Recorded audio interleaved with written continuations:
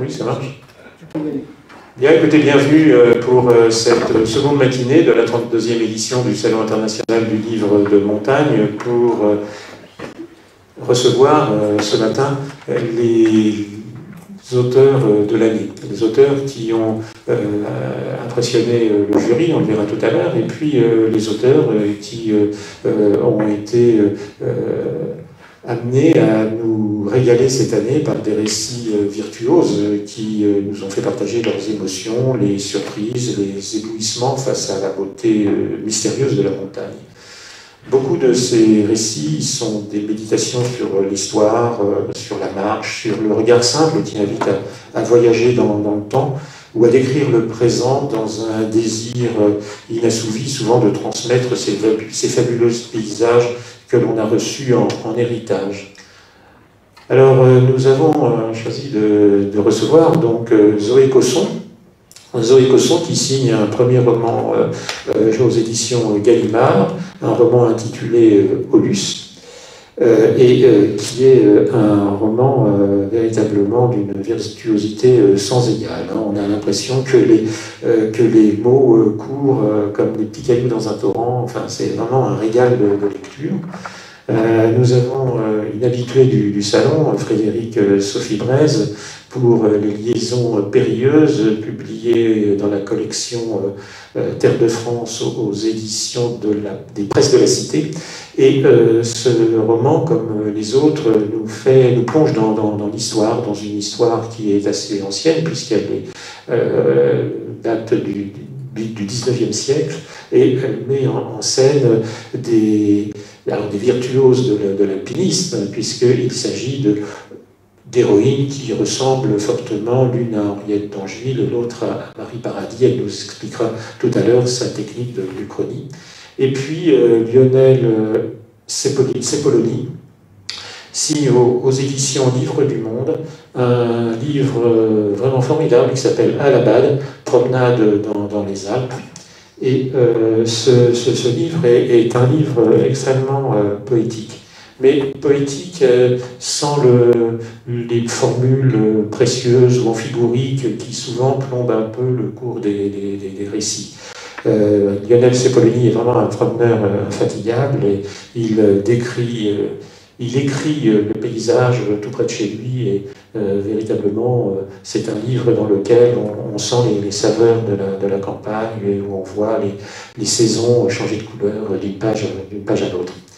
Mais je voudrais d'abord m'adresser à Zoé Cosson, donc, qui nous plonge au-delà de l'arc alpin, puisque son ouvrage se déroule dans les Pyrénées, au plus loin d'une vallée sévère, et où la prospérité ancienne de ce village qui avait prospéré autour des mines et autour d'une station thermale, ce village s'étiole dans l'ennui à l'ombre d'une montagne aux pierres sombres.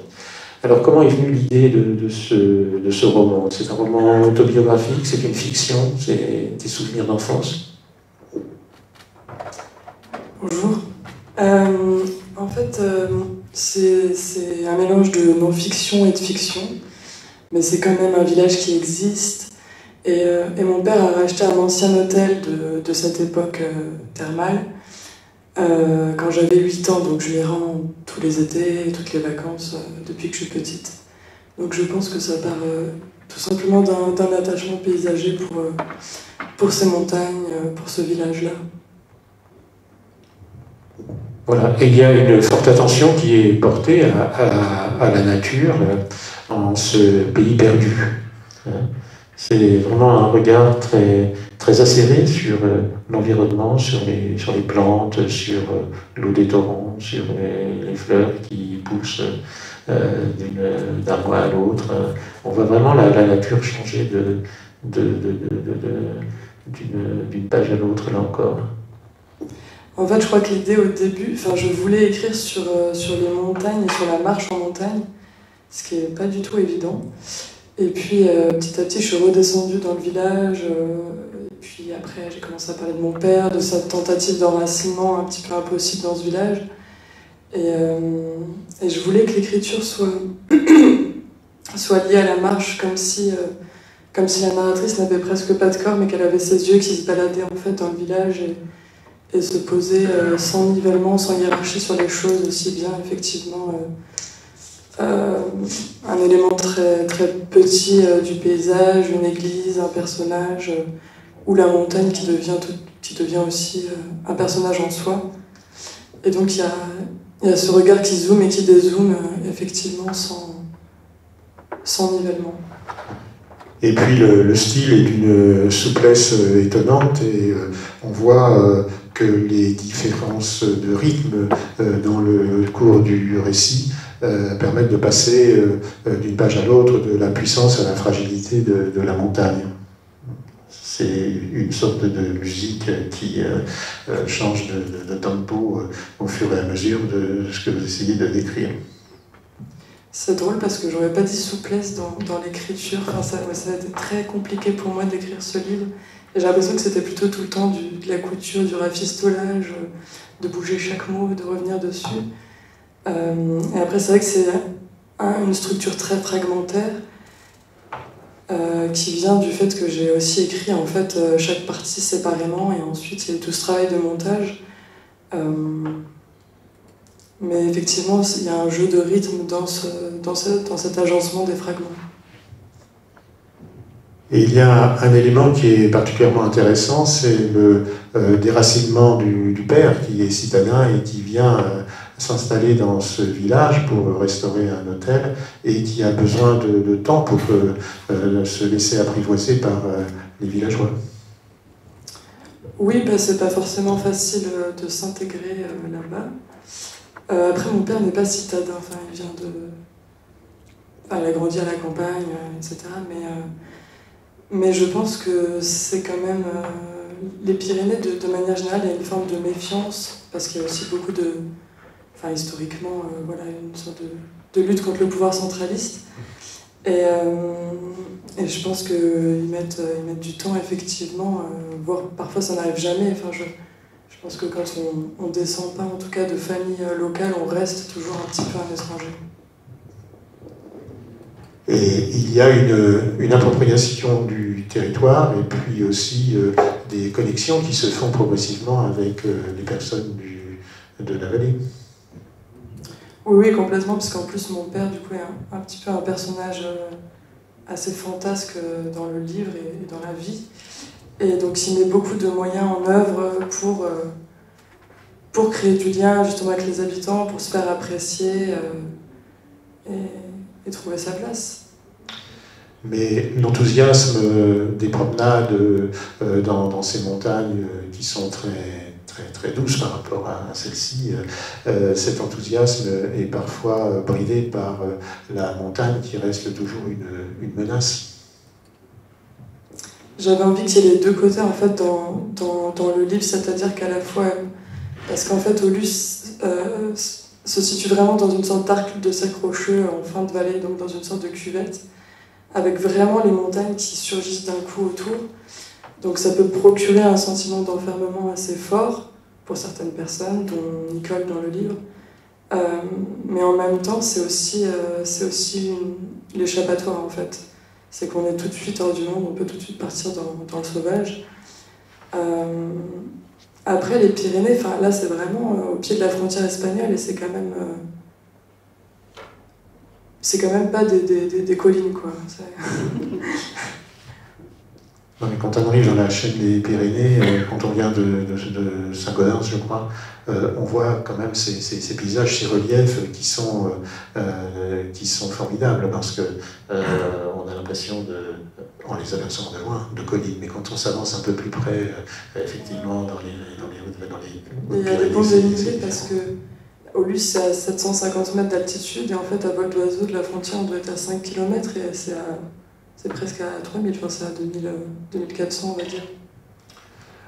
En tout cas, dans ce récit, comme dans la plupart des récits de montagne, on perçoit très bien l'aspect dangereux de la montagne qui veille finalement sur les hommes et qui les incite à une certaine forme d'humilité. Oui, complètement. Et puis je pense qu'elle se retranscrit dans le caractère aussi des personnages, avec une forme de patience, d'entièreté, de sérénité aussi. Et puis, et dans la manière aussi, enfin, je voulais que le récit soit quand même assez lent, que ça se déroule au gré des saisons. Et enfin, en tout cas, qu'on sente ce passage du temps qui n'est pas du tout le même qu'en ville, qui peut s'étirer, se condenser. Mais en tout cas, la montagne invite à percevoir le temps différemment. Oui, avec toujours une part de mystère, parce qu'on ne sait jamais on ne sait jamais ce qui s'est passé avant. Il y a toujours des histoires qu'on ne connaît pas, mais qui se sont déroulées et qui peuvent alimenter les rumeurs. Et puis, il y a toujours une incertitude quant à l'avenir. C'est-à-dire Oui, dans un village, quand on est transposé dans un village ou quand on s'installe dans un village, il est évident qu'on est face à une communauté qui a sa propre histoire et une histoire qu'elle n'a pas envie forcément de divulguer à quelqu'un qui est perçu comme un étranger, même si il a le souci de s'intégrer du mieux qu'il puisse le faire.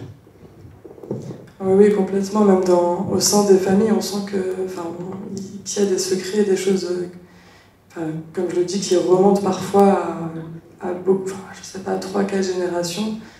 Et il y a une méfiance, mais même entre les familles du village. Ça, c'est sûr. Après, comme dans beaucoup de villages, je sais pas si c'est si spécifique à la montagne. Peut-être que ça rajoute quelque chose, mais pour en avoir discuté avec des amis, en fait, ils sont retrouvés dans le livre alors qu'ils viennent d'un village pas du tout de montagne, mais il y a ce côté un petit peu de vase clos ou d'écosystème, de bulle en tout cas, pour un village de 100 habitants où c'est trois grandes familles, 3 grands noms qui sont là depuis des générations. Donc, il y a beaucoup d'histoires de terrain, de mairie, voilà. Le livre a été bien perçu par les habitants du village parce que cela m'évoque un livre de Pierre Jourde, de Pays perdu, dont l'action se passe dans le Cantal et où il raconte la vie du village, la vie des paysans qu'il a connus quand il était enfant. Et dans leur nature, Pierre Jourde est un écrivain qui est hyper réaliste et pour le situer, c'est l'auteur de l'édition des œuvres de Huysmans dans la Pléiade. Donc vraiment, il baigne dans l'hyper-réalisme et je pense qu'il a peut-être eu la tentation de faire un livre lui aussi hyper réaliste. Et quand il est revenu dans son village, il s'est fait caillasser sa voiture parce que effectivement la description qu'il avait fait de ses connaissances d'enfance ou même de ses amis d'enfance était perçue comme étant extrêmement négative. Oui, on m'a parlé j'ai lu du coup La Première Pierre où il revient aussi sur l'écriture de ce livre, sur les réactions. Et par rapport à Pierre Jourde, ça va. Mais effectivement, en fait, au tout début, ça a créé une sorte de clivage au sein du village. Et il y a des gens qui ont changé aussi, en fait, petit à petit, de vision par rapport au livre, qui étaient qui ont réagi assez mal au début et puis qui ont compris après. Mais en fait, c'est pas forcément les endroits du livre où je pensais que ça poserait problème. C'est ça qui est assez étonnant. Mais en soi, il y a aussi le fait, en fait, que mon père, lui, continue à aller sur place, à y être. Donc il fait une sorte de pivot entre moi et les gens du village. Moi, je vais y retourner là, dans quelques jours, justement. Donc on verra bien. Mais globalement, il a été plutôt bien accueilli, même s'il y a quelques exceptions. De gens qui n'ont évidemment pas du tout apprécié. Mais je pense que rien que le fait de parler sur le village, ça peut être problématique. En soi, après, j'ai l'impression que je ne vais pas rentrer dans l'intimité non plus des gens dans le livre, et j'ai l'impression de les dépeindre avec une grande tendresse. Et c'est peut-être plus dur à percevoir pour les gens du village à la première lecture, mais je pense qu'ensuite, en discutant entre eux, ils ont compris ça. Enfin, que c'était vraiment une sorte de portrait du village plutôt plutôt très tendre en fait. Oui, et très respectueuse des personnages de rencontre.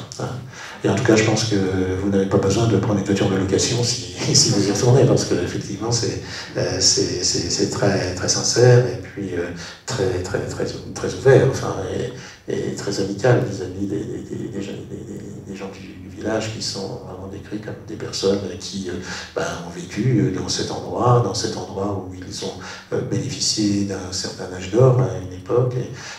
S'il aborde cette période peut-être de récession pour eux, sans rancune, sans être désenchanté. Et ça, je pense que c'est important de le souligner. En tout cas, dans les promenades que vous faites, vous explorez les sentiers et vraiment vous vous enivrez des parfums de la montagne et vous écrivez vraiment le paysage en le décrivant et en retrouvant aussi les chemins des galeries d'autrefois, puisque c'était un village minier.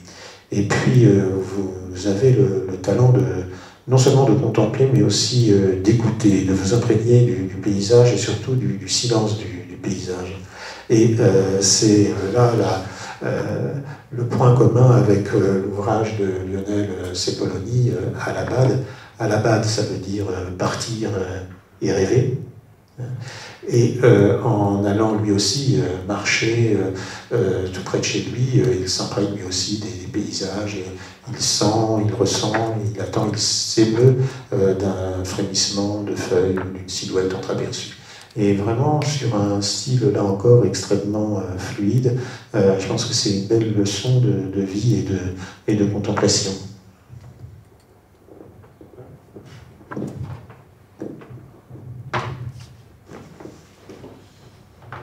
Merci. D'abord, merci de m'avoir invité. Je suis très content d'être là, de sortir un petit peu de mon village, puisque moi aussi je vis dans un tout petit hameau au-dessus de La Rochette, en Savoie. Difficile d'écrire d'ailleurs sur la vie des habitants, sur le lieu où on est. Il y a beaucoup de choses évidemment qui m'ont bien parlé dans tout ce que je viens d'entendre. Alors pour ce qui me concerne, je n'ai pas écrit un livre de fiction, j'ai écrit un livre de marche, un livre en accord avec la marche, un livre où j'essaye d'écrire au plus près des sensations du marcheur, ce qui en effet n'est pas facile non plus. D'abord d'un point de vue bêtement matériel, c'est difficile d'écrire en marchant. On est obligé de s'arrêter. Ou alors, on a recours, et c'est ce que j'ai fait beaucoup ces dernières années, on a recours au dictaphone. Je suis devenu vraiment un pratiquant du dictaphone parce que je trouve que ça permet une approche particulière de l'écriture. Ça permet, quand on grave, quand on doit faire un effort physique, et qu'en même temps, en fait, on est en train d'écrire, ça a des conséquences sur le rythme de la phrase, sur le choix des mots. Donc j'ai beaucoup aimé explorer ce rapport entre le mouvement et l'écriture. Et puis en même temps, il y a encore quelque chose qui m'a beaucoup parlé dans ce que tu viens de dire, c'est le rapport entre le temps et la montagne. Dès qu'on est en montagne, on a un rapport au temps qui est différent. Ce n'est pas le temps ordinaire, c'est un temps qui nous relie à des moments beaucoup plus lointains de notre existence et qui deviennent très proches. Moi, ayant habité tôt dans des pays de montagne, j'ai marché depuis mon enfance. Et quand on marche dans des lieux où on marche parfois depuis l'enfance, on a des flashs. On ne sait plus très bien où est le présent, le passé, le futur. On passe d'un moment à un autre de son existence au détour du sentier. Donc ce qui m'intéressait à travers l'écriture, c'était aussi de rendre apparents ces flashs mémoriels qui se produisent quand on est en montagne. Oui, ce sont les retranscriptions d'un promeneur solitaire à l'ombre des Charmettes, puisque la plupart de ces promenades se font dans les endroits où Jean-Jacques Rousseau a pu vivre et se promener lui aussi, je pense. Oui, dans des conditions différentes. Rousseau, d'ailleurs, regrettait beaucoup de ne pas avoir tenu des carnets de ses marches. Et je le regrette aussi. J'aurais beaucoup aimé que Rousseau tienne des carnets de ses marches. Il a inauguré cela, hein. Bien évidemment, c'est une référence qui reste majeure. Voilà. Autre référence, on est ici à l'auditorium du collège de Varins, mais avec un V, non pas avec un W. Mais c'est déjà un bon début, je pense. En tout cas, on a l'impression quand même de se promener dans un univers qui est relativement préservé, puisque tu dis à un certain moment que dans ces lieux où tu aimes aller, rien ne rappelle que le temps a changé. Donc il y a un côté quand même immuable dans cette campagne savoyarde.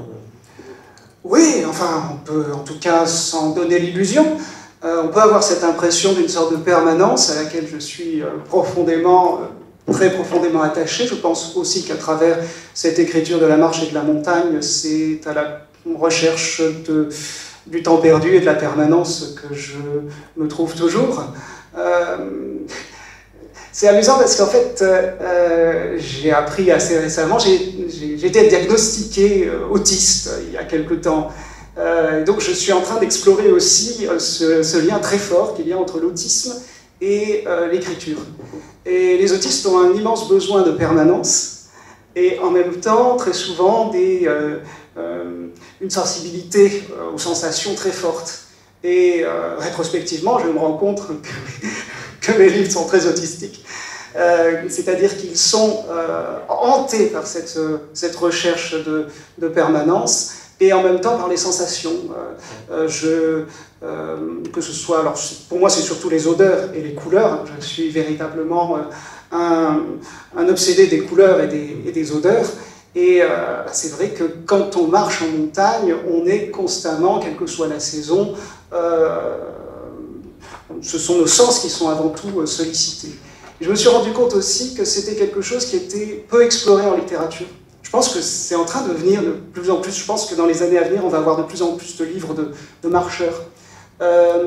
On a beaucoup de livres qui vont évoquer la très haute montagne, qui vont évoquer des exploits, qui vont évoquer des voyages lointains, mais des livres qui évoquent simplement les sensations qui traversent tous les gens qui vont marcher l'été dans nos montagnes à vaches. Il n'y en a pas beaucoup. Des livres qui explorent ces couleurs, ces odeurs, ces sensations-là. Voilà, je n'en vois pas énormément. C'est cela que j'ai essayé de faire dans Allahabad et puis évidemment dans mes autres livres. On a reçu la semaine dernière Antoine Debac, qui est donc un historien et un randonneur infatigable lui aussi, et qui est vraiment l'un des maîtres de la littérature marché.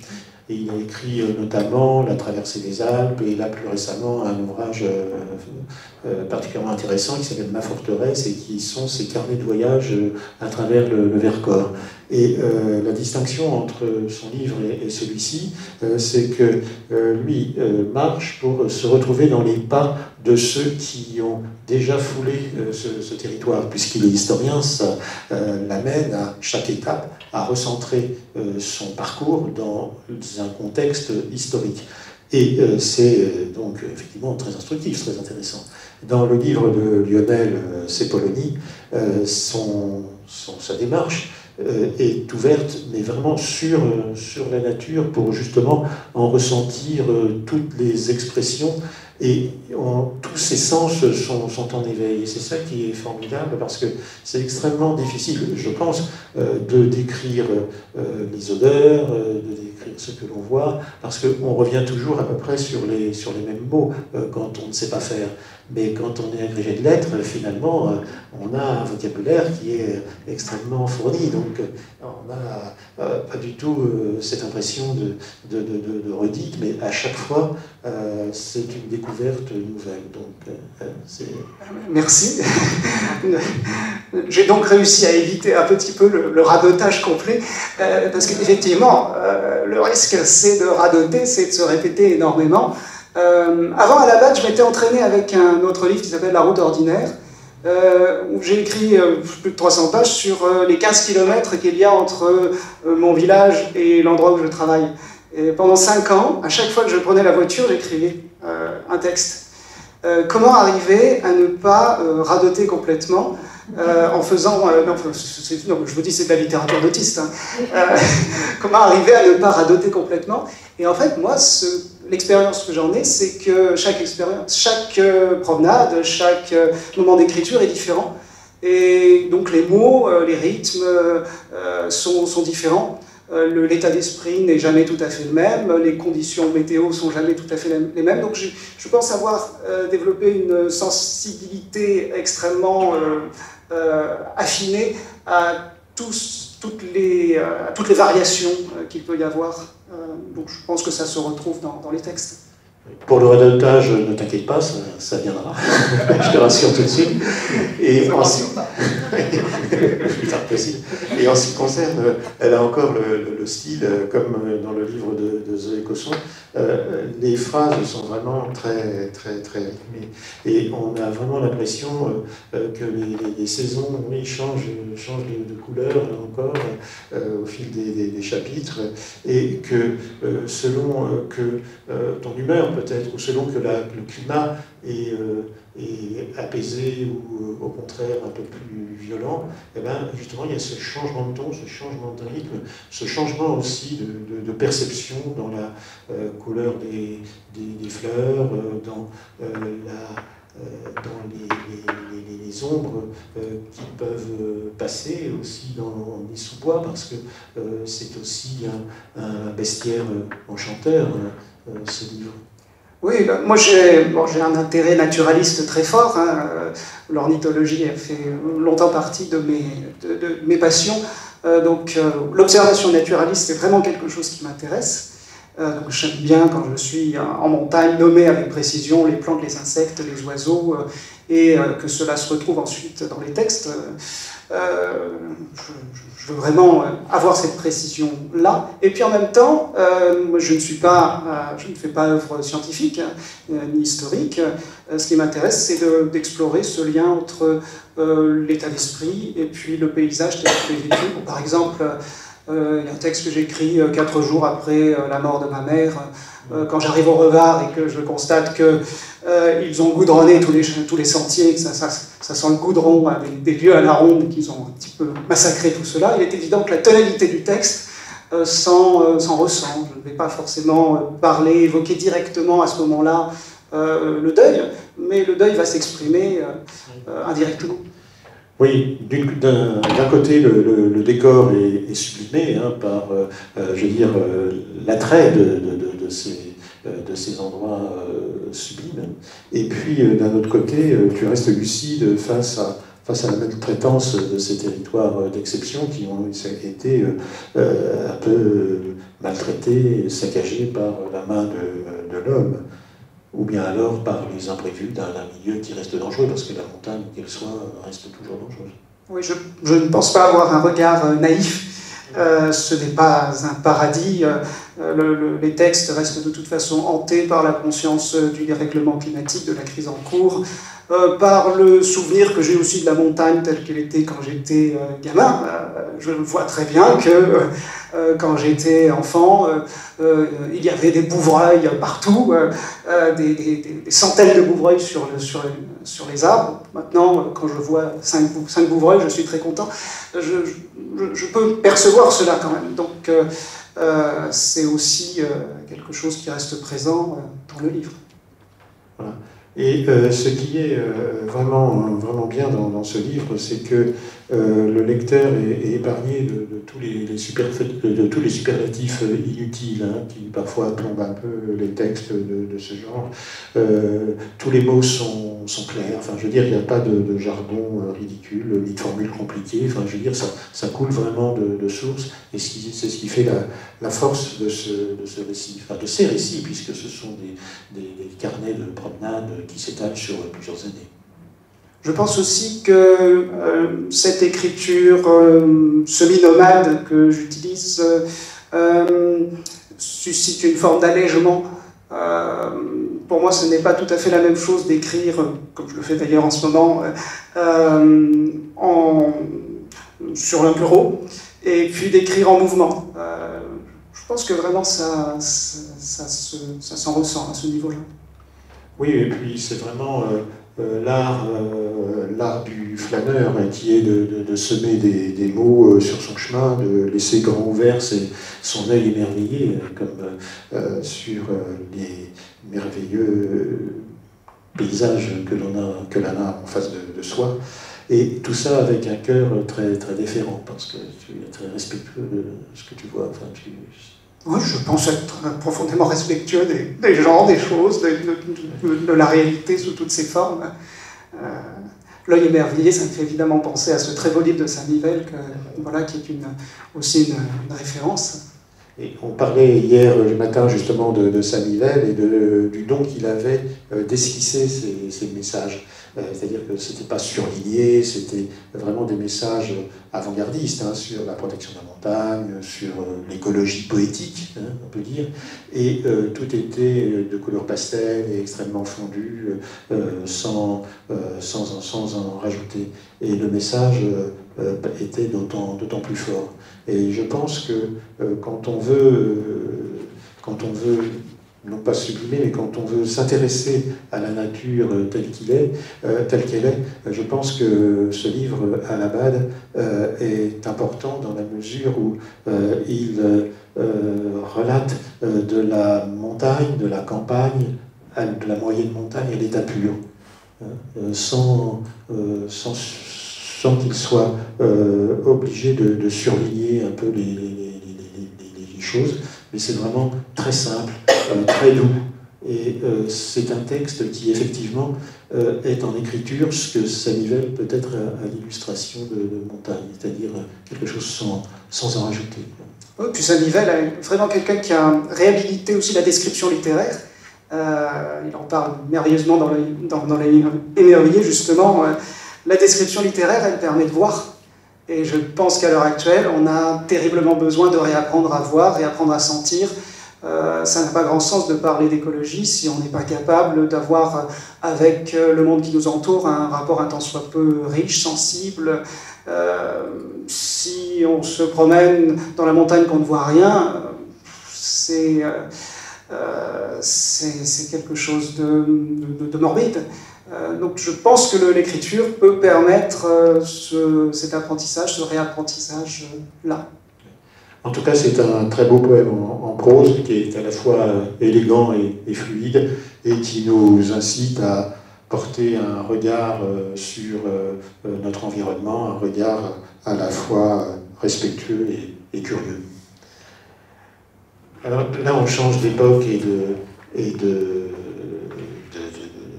région, puisqu'on revient dans le massif du Mont-Blanc avec les lésions périlleuses, l'opus de l'année de Frédéric-Sophie Braise, qui a l'année dernière nous emmené en Italie au moment de la guerre de 14, avec un roman de femmes qui s'en prenait à un malheureux alpini qui était perdu dans leur alpage. Et cette année, c'est un roman de femmes, Les liaisons périlleuses, où c'est l'histoire croisée de deux destins, le destin de deux femmes, une bourgeoise qui rêve du Mont-Blanc, et puis une autre qui est servante dans une auberge et qui est poussée vers le Mont-Blanc par certains de ses clients bien attentionnés. Donc l'une rêve du Mont-Blanc, l'autre y est poussée. En tout cas, ce sont les premières femmes qui ont atteint le sommet du Mont-Blanc, un Mont-Blanc qui est mythique, un Mont-Blanc aussi qui a pu être humilié, puisque ce sont des femmes qui ont gravi ce sommet. En tout cas, cela montre que les femmes peuvent toujours faire ce que les hommes ont fait avant eux, ce qu'ils feront après elles. Donc c'est vraiment un roman d'histoire qui mêle la fiction, l'imagination avec l'Uchronie, parce qu'il y a un certain nombre de faits qui sont, je pense, réels, et qu'elle retravaille pour les rendre intéressants dans le cours de son roman. Oui, c'est ça, Michel. Non, c'était pour t'embêter. Bonjour. Donc en effet, Les Liaisons Périlleuses raconte l'histoire croisée de Quitterie d'Arcy, qui est une comtesse française établie à Genève, et de Pernette de Cros, qui est fille d'auberge à Chamonix. Donc ça se passe en 1838. On est ici on est encore dans le petit âge glaciaire. On a un territoire qui est très différent de celui qu'on connaît aujourd'hui. Et à ce moment-là, le Mont Blanc a été gravi par les hommes, en effet, pas encore par beaucoup de personnes. Et puis ça reste un sommet extrêmement dangereux et aussi convoité. Et à ce moment-là, cette comtesse, Quitterie d'Arcy, qui est librement inspirée d'Henriette d'Angeville, qui a véritablement existé, convoite en effet le Mont Blanc. C'est-à-dire, elle est célibataire, à un âge considéré comme avancé, c'est-à-dire qu'elle a 45 ans. À l'époque, on considère que vraiment c'est presque une vieille femme qui doit rester un petit peu chez elle. Elle n'est pas mariée, elle n'a pas d'enfant, elle est sous la tutelle de son père. Une fois qu'il décède, elle passe sous la tutelle de son frère aîné. Et puis en face, on a Marie Paradis, qui est une femme qui est mère célibataire. Donc on voit dans le contexte de l'époque la situation sociale dans laquelle elle se trouve. C'est une situation quand même assez difficile. Et ces deux femmes, dans la vraie vie, se sont rencontrées quelques instants quand la comtesse Henriette d'Angeville redescend du sommet du Mont Blanc. Elle organise une grande fête à Chamonix. Et ayant appris qu'une pauvresse, en quelque sorte, est parvenue au sommet 30 ans avant elle, en sabot, avec un quignon de pain dans la poche, bon, déjà, elle est assez déçue et puis voire un petit peu fâchée quand même, parce qu'elle était persuadée d'être la première. Et puis, elle va la convier à cette fête où, bon, elle n'est pas très, Marie Paradis n'est pas très à l'aise forcément, ce n'est pas son milieu. Et ces quelques minutes qu'elles vont passer ensemble ont été un déclencheur pour moi, parce que je me suis dit, c'est pas possible, ces deux femmes, la première est considérée aujourd'hui comme la première femme alpiniste, la seconde est celle en fait qui était parvenue au sommet 30 ans avant elle, et elles ne passent que quelques minutes ensemble dans leur vie. Alors, c'était insupportable pour moi. Donc, j'ai voulu leur donner un été en commun, un passé en commun. Donc, c'est ça, les liaisons périlleuses. C'est-à-dire que je vais leur faire vivre des choses ensemble. Elles vont se rencontrer, elles vont aussi se rendre compte que leur destin est lié par des nœuds serrés. Voilà. Et c'est un tour de force que de recentrer ces personnages dans l'histoire, sans prendre trop de liberté avec la réalité, mais en faisant preuve d'imagination. Il faut que tout cela reste crédible, il faut que tout ça soit peut-être faux, mais que cela paraisse vrai. Oui, ça c'est le travail du romancier, c'est-à-dire que beaucoup de choses sont réelles. J'ai aussi inventé pas mal de choses. Il y a une part de fiction aussi assez importante, notamment sur les histoires d'amour, parce que ces deux femmes, dans la vraie vie, elles ont en commun de ne pas avoir connu l'amour. Et alors, deuxième chose insupportable pour moi, très fleur bleue, c'est que je me suis dit, il faut absolument leur faire vivre à chacune une grande histoire d'amour. Donc ça, c'est tricoté de toutes pièces. Et je me suis dit, il faut leur donner une meilleure vie. Elles ont fait des choses extraordinaires, et puis bon, il leur manque la notoriété, entre guillemets, parce que quand on fouille dans les livres d'histoire, on se rend compte qu'elles n'apparaissent que peu, voire pas du tout. Et puis, quand bien même leur nom y figure, par exemple pour Marie Paradis, on dit qu'elle a été poussée, tirée, portée pour aller au sommet, c'est assez minimisé, c'est un peu dénigrant, même si apparemment elle le disait elle-même, mais bon, elle était atteinte d'immunité maladive. Donc, on voit quand même que ses exploits étaient peu considérés, et même, comme le disait Michel à juste titre, les journaux étaient féroces à l'époque. On considérait en effet que le Mont Blanc avait été humilié parce qu'il avait été foulé par un pas de femme. Donc à partir de là, c'était beaucoup moins valeureux pour les hommes d'y parvenir. Donc tout ça mis bout à bout m'a donné envie vraiment de refaire leur vie en mieux, en fait. Voilà. Et les mentalités ont quand même mis du temps à évoluer, parce qu'il y a 3 ans, a été présente ici même Martine Roland, qui était la première femme guide de haute montagne, et quand elle raconte dans ses mémoires son entrée à l'ENSA, elle n'a pas été accueillie avec des pétales de rose. Hein. Elle a subi toutes sortes, non pas de colibés, mais d'opposition et de critiques vraiment acerbe. Et beaucoup de guides ne voulaient pas la voir obtenir son diplôme en disant qu'elle ne serait pas capable de faire ce que les hommes aient coutume de faire, parce que dans leur tentation dominatrice, hein, et là je pense que c'était bien de nous remettre en mémoire ces deux femmes qui avaient fait des exploits incroyables pour l'époque, même si c'est sous une forme romancée avec des noms qui sont différents. Oui, c'est un moyen de brosser les vrais visages de ces deux pionnières que la presse n'aura de cesse que de remettre à leur place, enfin, surtout Henriette d'Angeville. Je donne la voix en fait à plusieurs personnages qui ont véritablement existé, comme Alexandre Dumas, Victor Hugo ou George Sand, pour intercaler entre les chapitres des flashbacks qui permettent de mieux comprendre qui étaient ces femmes. Et puis ensuite, je les remplace par des articles de presse qui sont inspirés d'articles véridiques et qui étaient très sévères envers elle à l'époque. C'est Victor Hugo qui raconte en partie, puisque je le rends pigiste à Chamonix. Parce que contrairement à ce qu'on croit, Victor Hugo n'avait pas beaucoup d'argent. Il a commencé à travailler très jeune parce qu'il était papa très jeune. Donc il était pigiste souvent dans les journaux. Donc je me suis dit, je vais le mettre pigiste à Chamonix, ça va le changer. Et puis du coup, il écrit un petit peu ce que la presse disait à l'époque. C'est-à-dire que pourquoi est-ce qu'on ne trouve pas un père, un frère, un parrain à cette femme pour l'arrêter, pour qu'elle reste chez elle, pour qu'elle n'ambitionne pas quelque chose d'aussi grand? Pourquoi est-ce qu'elle veut faire un exploit physique? Elle va se ridiculiser. En plus, ça va forcément la conduire à la mort. Oui, ce sont des rebondissements qui sont vraiment importants de chapitre en chapitre. Et ce qui est assez curieux, c'est cette description des deux milieux distincts. Le milieu de la comtesse, qui est un milieu de la petite noblesse de province, donc assez étriqué, et qui ne voit pas d'un très bon œil, en tout cas qui ne voit pas d'un œil émerveillé l'addiction de cette jeune femme, de cette femme pour la montagne. Et puis de l'autre côté, le milieu des auberges de Chamonix, où effectivement la servante est considérée comme étant peut-être pas forcément considérée d'une façon différente, mais malgré tout, elle est quand même suffisamment respectée pour qu'on l'emmène au Mont Blanc. C'est ça. Enfin, je veux dire, il y a... c'est ça. Oui, c'est ça.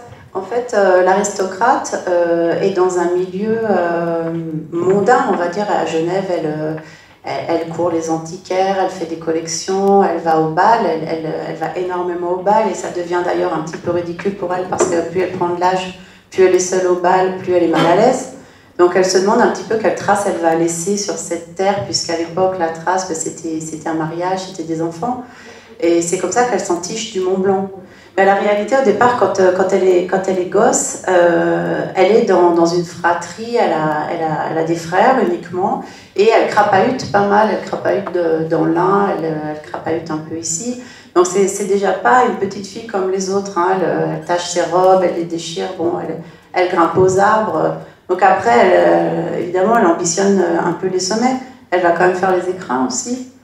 Donc c'est quand même une marcheuse assez infatigable, et puis elle va pousser plus loin le curseur, parce qu'elle se rend compte de deux choses. C'est un, que les jupes pour crapahuter ça va pas très bien, surtout les jupes à crinoline, et puis elle voit que George Sand porte des pantalons. Bon, c'est aussi quelque chose qui a été beaucoup entretenu, mais ça lui fait envie, cette paire de pantalons là, parce que quand même quand on se casse le margoulette, c'est plus décent un pantalon. Et donc elle va commencer à avoir l'idée de se faire confectionner un costume qui va lui permettre à la fois de pouvoir grimper, puis aussi de résister aux intempéries. Et c'est pour ça que le roman se passe en partie également dans les salons parisiens, parce qu'elle ambitionne d'avoir une certaine notoriété dans ces salons. Comme tu le disais, elle est de la petite noblesse, elle aimerait bien accéder quand même à quelque chose de plus grand. Et puis en face, on a un contraste saisissant. En effet, Marie Paradis, c'est en quelque sorte une villageoise de montagne, elle est fille-mère, et elle travaille dans des auberges pour vivre. Et en effet, alors bon, ça c'est quelque chose que j'ai lu, j'ignore si c'est vrai, mais j'ai considéré que ça l'était, parce que ça me plaisait beaucoup. C'est qu'elle a été en fait emmenée au sommet par un équipage de guides extrêmement célèbre, dont Balma, qui était son ami. Je n'hésite pas à faire en sorte, bon je l'ai lu, je ne l'ai pas inventé, que Balma l'emmène au sommet, en fait, parce qu'après, elle sera aussi célèbre que lui, elle touchera des étrennes. Donc elle n'aura plus à s'échiner dans les hôtels. C'était ça l'idée. C'est comme ça qu'elle est parvenue, en fait, au sommet. Mais qu'on ne s'y trompe pas, c'est une œuvre de fiction. Donc ce sont des personnages qui sont inspirés d'Henriette d'Angeville d'une part, de Marie Paradis d'autre part, mais ces héroïnes ne sont pas ces deux personnalités qui se sont inscrits dans l'histoire. Ce sont vraiment des personnages de fiction. En revanche, gravitent autour des personnes qui ont existé. Et c'est tout l'art du romancier que de recomposer l'histoire et que de peindre et que d'écrire la vie quotidienne d'un siècle lointain où effectivement la vie se déroulait d'une façon très distincte, que ce soit dans les milieux de la petite noblesse ou dans les milieux de la bourgeoisie ou dans les milieux populaires. Oui, moi je n'ai pas fait une biographie de ces deux personnages qui ont véritablement existé pour deux raisons. Non pas que ça ne présente pas d'intérêt, ça présente un grand intérêt, mais moi je ne suis pas biographe et j'ai pas du tout envie d'être biographe. Moi ce qui m'intéresse c'est d'inventer, c'est la part de fiction justement. C'est d'apporter mon grain de sel, c'est de créer des choses qui n'ont pas été et puis oui, justement de leur inventer une vie ensemble. Moi, j'y mets voilà, mon grain de sel. Faire une biographie, ce n'est pas mon métier. Moi, je suis romancière. C'est une œuvre d'imagination et c'est tout à fait différent de l'intervention que l'on aura ce soir, je crois, sur Henriette d'Angeville, qui est, alors là, une œuvre d'historien. Enfin, c'est un travail de recherche où la recherche du vrai est avant tout recommandé, alors que le travail du romancier, c'est tout à fait différent. Est-ce que vous êtes tentés l'un et l'autre par le roman Oui. Oui. J'ai l'impression que ça sera toujours une sorte d'entre-deux, en tout cas. Oui, tout à fait. Je suis en train de travailler en fait depuis plusieurs années sur un roman, La fiction offre une liberté que je trouve absolument réjouissante. Après, pour ce qui me concerne, c'est forcément un roman autobiographique, c'est-à-dire toujours au plus près des sensations et des pays, des paysages vécus. Après, c'est plus une façon de s'inscrire dans le texte qui change. Imaginer comme le fait Frédéric Sophie, c'est quelque chose que j'aurais du mal à faire. C'est quand même un travail très particulier que ce travail de romancier. Voilà, je pense que pour ce qui me concerne, j'aurais du mal à faire cela. Ce sera une nouvelle Héloïse. Mais en fait, compte tenu de l'art, il y a deux choses distinctes, je pense, en littérature. Il y a l'art de la description et puis l'art de l'imagination, je ne dirais pas les délires de l'imagination, mais les débordements de l'imagination. Et ce sont deux choses différentes et c'est très difficile sans doute de passer de l'un à l'autre et de trouver le rythme, parce que les rythmes sont différents. Le rythme que l'on met dans une nouvelle qui va être, ou dans un carnet de voyage qui va être un peu à comparer à ce que fait un sprinter qui va faire une course sur une faible distance, le romancier est obligé de s'inscrire dans une durée beaucoup plus longue. Donc c'est pas le même rythme, donc ce n'est pas la même musicalité de la phrase. Donc, c'est assez différent parce que dans un roman de 300 ou 350 pages, il faut être efficace. Et il faut pouvoir, à la fin de chaque chapitre, comme le fait très bien Frédéric Sophie, trouver une chute pour pouvoir emmener le lecteur à rebondir sur le chapitre suivant. Donc il y a toute une technique qui est différente et qui est particulière. Oui, tout à fait. L'idée, c'est qu'à chaque fois qu'on termine un chapitre, c'est de donner au lecteur envie de tourner la page suivante. Donc, on finit toujours par une petite phrase intrigante qui va, on espère, donner envie de poursuivre. Donc, en effet, c'est comme si on faisait une suite de nouvelles, j'ai envie de dire. Il y a une petite chute à chaque fois, mais il ne faut pas qu'elle soit trop importante pour qu'on puisse poursuivre encore.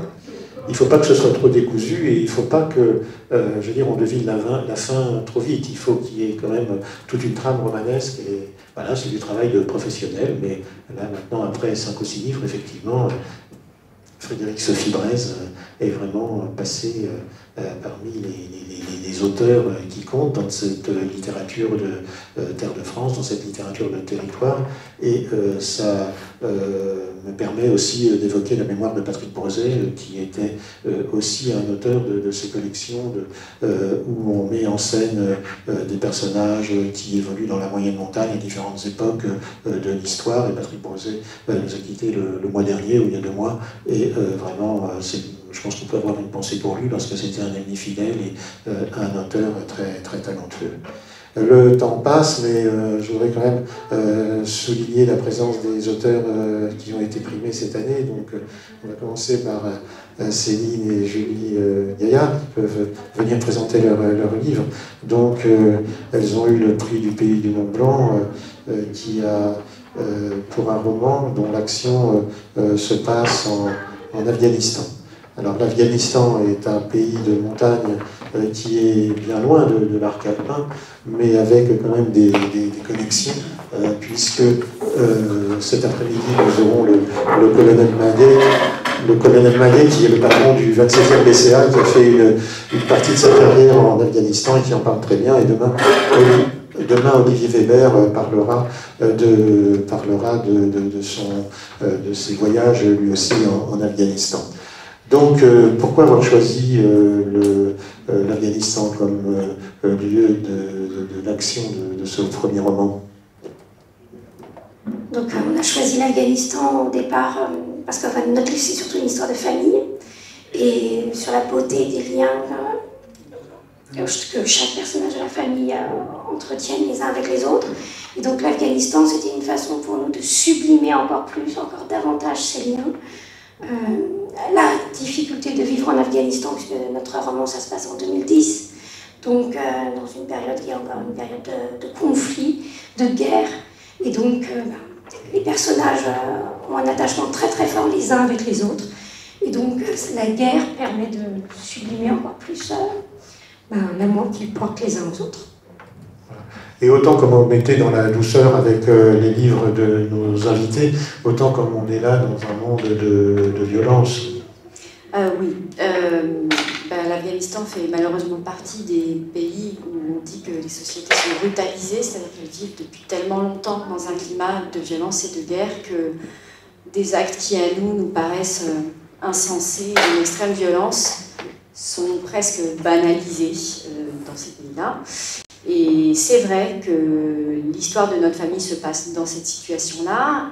Cependant, il y a un des personnages, qui est le personnage central de ce premier opus, qui est le fils aîné de la famille, James, qui lui a choisi de se mettre très à distance de toute cette violence et qui ne la supporte pas. Et c'est pour ça qu'il choisit de venir vivre en Suisse, face au Léman, pour retrouver un peu de quiétude et de sérénité. Jusqu'à ce que sa famille, son père, sa mère, son frère et sa sœur se fassent kidnapper par les talibans et qu'ils n'ont pas d'autre choix que d'aller au moins essayer de les libérer. D'accord. Et là, la proximité des montagnes, la montagne et la beauté de la montagne n'est pas un remède contre cette violence et contre ces affrontements permanents dans lesquels se débattent les personnages de ce monde. La montagne est comme d'habitude à la fois belle et puis sauvage. Donc elle est belle et apaisante quand on est à Genève, et puis elle est plus difficile, rugueuse quand on est à Kaboul ou à Surobi, exactement. Mais il y a aussi la force de l'humain qui permet aussi de vaincre finalement les excès des terroristes. Oui. Et puis il y a aussi la montagne tendue vers Dieu, vers le ciel, qui est là pour leur parler. Donc c'est un roman aussi de spiritualité qui montre que même dans les situations extrêmes, on peut toujours trouver les moyens de se dépasser et de trouver dans l'humain un mode d'espérance. Complètement. Il y a vraiment, pour le personnage James, une quête de soi-même, et de se retrouver, d'être à la fois conforme à ce qu'il veut être sans renier ses racines, Et puis il y a aussi toujours l'amour que les personnages se portent entre eux, au sein de cette famille qui est quand même un pont entre l'Orient et l'Occident, puisque le père est afghan mais la mère est française. Et il y a tout un travail là-dessus, sur la tolérance qu'ils ont les uns pour les autres, quel que soit le mode de vie qu'ils ont choisi, et l'amour qu'ils se portent. Et alors, trouver une part d'humanité dans des situations extrêmes, c'est aussi le quotidien des gendarmes de haute montagne. Et là, on a Éric Meunier qui a été récompensé pour son livre relatant de son expérience de secours en montagne, où là encore, c'est vraiment une mission de haute importance que de pouvoir aller sauver les personnes en perdition sans jamais porter le moindre jugement et en essayant toujours de conserver la part humaine qu'il peut y avoir chez les uns et chez les autres, que ce soit chez les victimes ou chez les secouristes. Oui, bonjour. C'est exactement ça. On a envie de se dépasser, mais il y a du vrai sens. Il y a un vrai sens dans cette mission-là. Il n'y a pas d'argent, il n'y a pas de prix, il n'y a pas d'entreprise.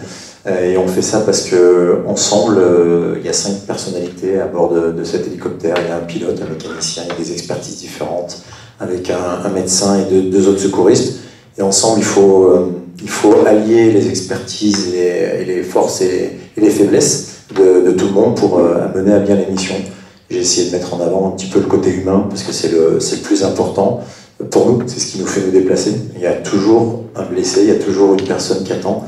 Et si malheureusement on se déplace sur quelqu'un qui est malheureusement décédé, ou on sait qu'on va aller chercher quelqu'un qui est décédé, on a aussi la mission de le ramener à la famille, parce que derrière il faut entamer un processus de deuil. Et ça on l'oublie souvent. Mais notre mission, elle ne s'arrête que quand on a soit ramené la personne à l'hôpital, soit ramené la personne à la famille.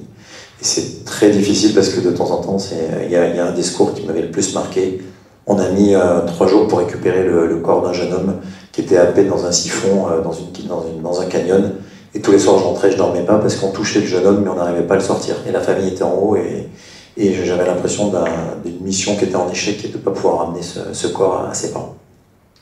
Et à côté des gestes qui sauvent, il faut toujours trouver le juste mot qui va permettre d'annoncer une mauvaise nouvelle, ou qui va permettre aussi de réconforter les collègues qui peuvent avoir eu le sentiment d'échouer ou de ne pas avoir été au bout de l'action qu'ils avaient envisagé de faire.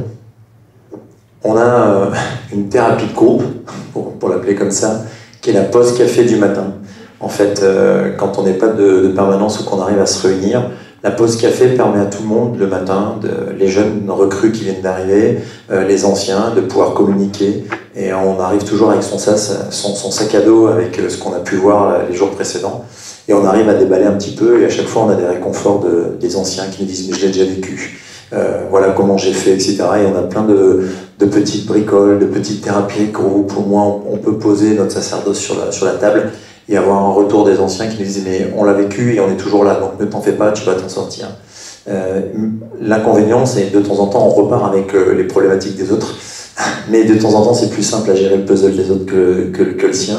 Mais au moins, on en a parlé et on a fait un premier pas vers le réconfort, et puis pour garder cette motivation et cette envie de se dépasser, jusqu'au sacrifice suprême.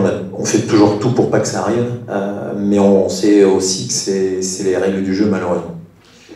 Et pourquoi un livre sur le secours en montagne, alors que d'autres auteurs s'y sont lancés, Emmanuel Cauchy, Blaise Agresti, André Viennet-Espinasse, là plus près de nous, c'est vraiment devenu un genre à part entière, mais c'est parce que les émotions sont fortes, et parce qu'il y a ce besoin de s'exprimer, et ce besoin de retrouver cette part humaine dans une exigence technique stressante, et qui projette vraiment dans l'action, dans ce qu'elle a de plus aboutif. Oui, alors déjà, il y a énormément de livres sur les policiers. Donc il y a énormément de possibilités, on est tous des êtres humains différents, donc on a tous quelque chose de différent à raconter, que ce soit un polar, un thriller, etc. Et je pense que le secours en montagne n'a pas encore fini de donner un peu les caractéristiques. Moi, c'est un livre que j'ai écrit avec du recul. Je n'étais plus en PG, en PGHM, Et ça faisait quelques années que je commençais à travailler avec des entreprises sur des conférences. J'ai commencé à me former, pour moi personnellement, tout ce qui est du développement personnel, du coaching, de la PNL, de l'AT, de la préparation mentale. Et à chaque fois que j'entamais un processus de formation, je retrouvais énormément de piliers sur lesquels, sans le savoir, les gens du PGHM, les pilotes, les mécaniciens et puis même tous les secouristes, on s'appuyait sur de l'appartenance à un groupe, sur de la motivation, sur de la fixation d'objectifs. Et c'était hyper intéressant de pouvoir le ramener dans un bouquin et de commencer à travailler de manière différente. Je raconte des secours, mais je raconte sur quoi on se base et les piliers, pourquoi on accepte d'aller dans le secours, qui est un peu différent, qui n'avait pas encore été fait. J'accepte de parler de cette EQI, ce qu'on appelle l'intelligence émotionnelle. Oui, j'ai eu peur en secours, ça m'est arrivé.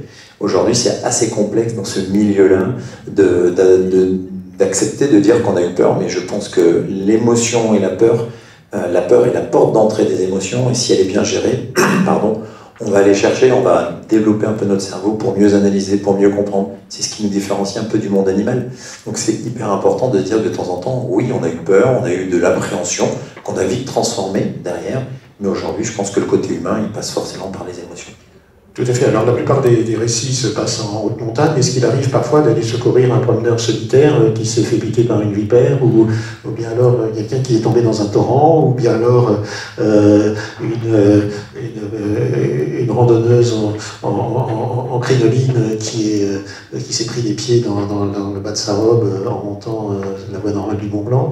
Alors j'ai un peu les mêmes questions. C'est souvent, dès que je dis que j'étais au PGHM, tout le monde me pose la question, à Chamonix? Ben non, en fait, il y en a 15 en France, et sur les 15, il n'y a pas que des cascades de glace, il n'y a pas que des hauts sommets qui culminent à plus de 4000 mètres, mais c'est d'autant plus complexe d'aller chercher des gens dans le sentier de randonnée. Un petit rappel, l'année dernière, malheureusement, il y a un hélicoptère Dragon 38 unités qui s'est crashé dans le Vercors. C'était facile, c'était à 1600 mètres d'altitude, c'était une colline à côté d'une station de ski de vététistes. C'était anodin, entre guillemets, mais n'empêche que le vent, l'aérologie est beaucoup plus complexe en bas, et on a énormément de gens qui randonnent. Dans les Pyrénées, c'est pareil, le cirque de Gavarnie, la Brèche de Roland, il y a énormément d'endroits où il y a beaucoup de gens qui marchent à pied, et on a énormément d'activités sur ces secteurs. En tout cas, la constante de cet esprit de cordée, de solidarité, de fraternité, de confiance, et ce modèle de la micro-société que peut être une cordée est en fait un modèle d'élévation de l'individu et du groupe qui s'engage au service des autres. Et je pense que ce livre, comme ceux que j'ai cités tout à l'heure, ceux de Cauchy, d'Agresti, d'Espinasse, etc., sont des livres utiles parce que ça nous permet de mieux comprendre la vie de ceux qui s'engagent à notre service, et ça montre aussi que les modèles qu'ils mettent en place dans leur groupe d'intervention, ça pourrait être aussi des modèles de vie en société. Donc merci. Merci. Et maintenant, on va aller faire un petit tour en Corse, ça va nous rafraîchir un peu, avec donc l'histoire de la Corse et l'intro de Hubert Steck, je pense que j'ai bien su, qui a eu une récompense à propos d'un livre qui a demandé 20 ans de travail sur l'histoire de l'alpinisme en Corse, donc vraiment une somme considérable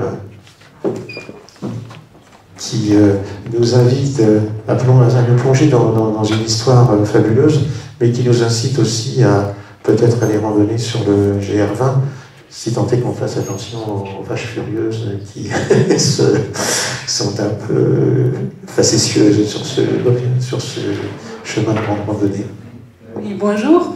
Oui, le GR20, c'est bien sûr, c'est tout à fait un autre chapitre, d'ailleurs, qui figure presque pas dans notre livre, parce qu'on a fait un choix de s'arrêter justement au moment où le parc régional était créé et le GR20 mis en place, donc à 72, parce que ça a changé complètement la donne en montagne corse. Là, on commence à rentrer dans la montagne organisée, et d'ailleurs, entre-temps, le GR20 bat tous les records en termes de fréquentation, mais aussi en termes de record de la durée. Donc maintenant, on fait le GR20 pour battre le record de je ne sais plus à combien d'heures en ce moment il est, heures, minutes, secondes.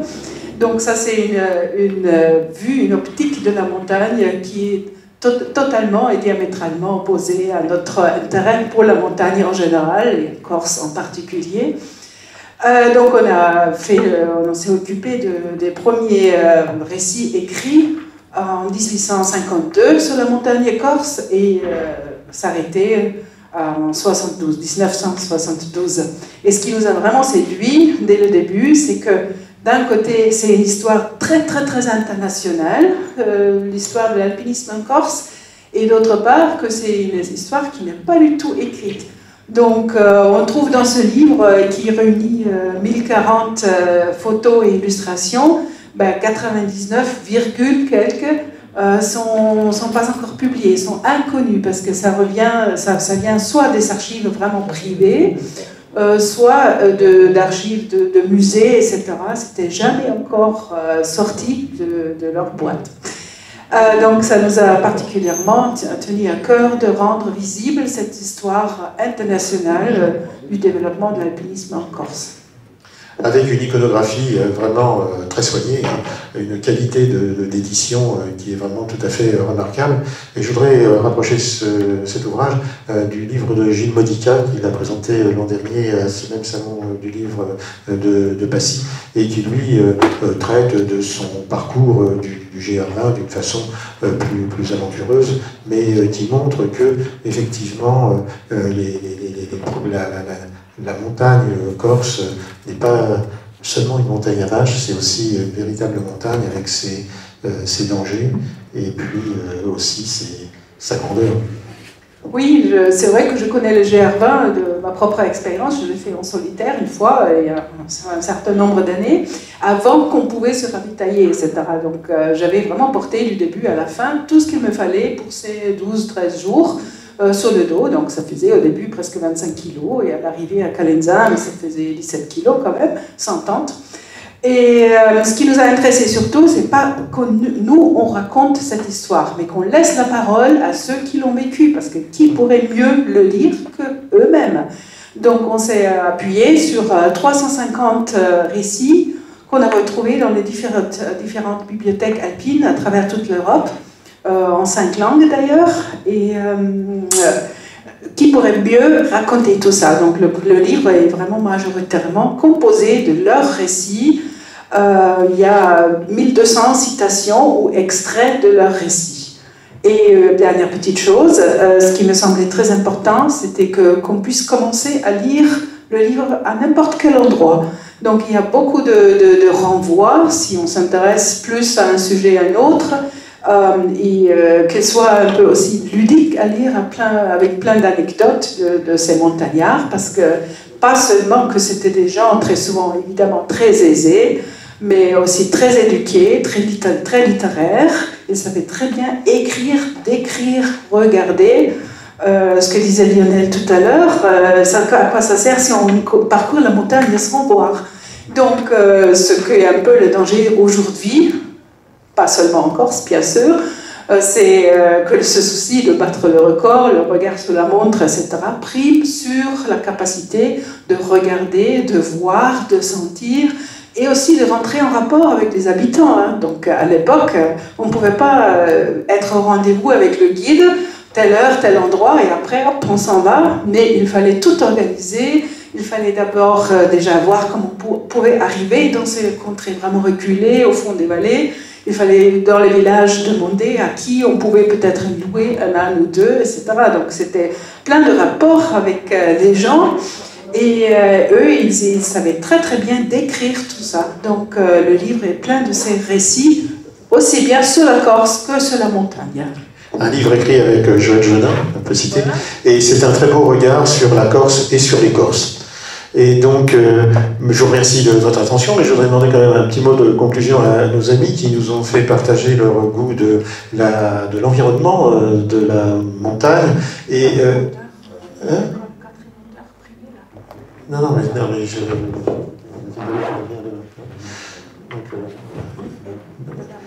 Et donc, je voudrais donc remercier nos amis et puis qui nous ont permis de voir que la montagne était vraiment une source d'inspiration incomparable et qui mettait en valeur à la fois la puissance de cette montagne et de cet environnement et puis aussi la fragilité de l'homme qui poussait à une certaine forme d'attention, de respect et aussi d'humilité. Donc peut-être des projets très vite pour...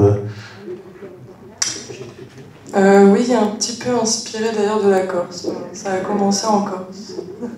Donc très bien, donc il faut absolument se procurer ce livre pour l'intégrer dans ta bibliographie. Lionel ? Pour ce qui me concerne, je viens juste de terminer un livre ferroviaire cette fois-ci, après la marche à pied. Ce sera le train. Et puis, je suis un autre projet de livre sur l'île de Madère, autour de l'île de Madère. D'une île à l'autre. J'écris en ce moment mon 8e roman qui sortira aux Presses de la Cité l'année prochaine. Un roman de femme, comme d'habitude. Toujours montagne, à quelle époque?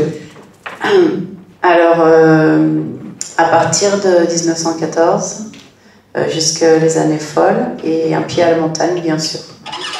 Très bien, donc on voit bien que, notamment avec Lionel, la montagne l'année prochaine sera mise à toutes les sauces. Voilà, merci.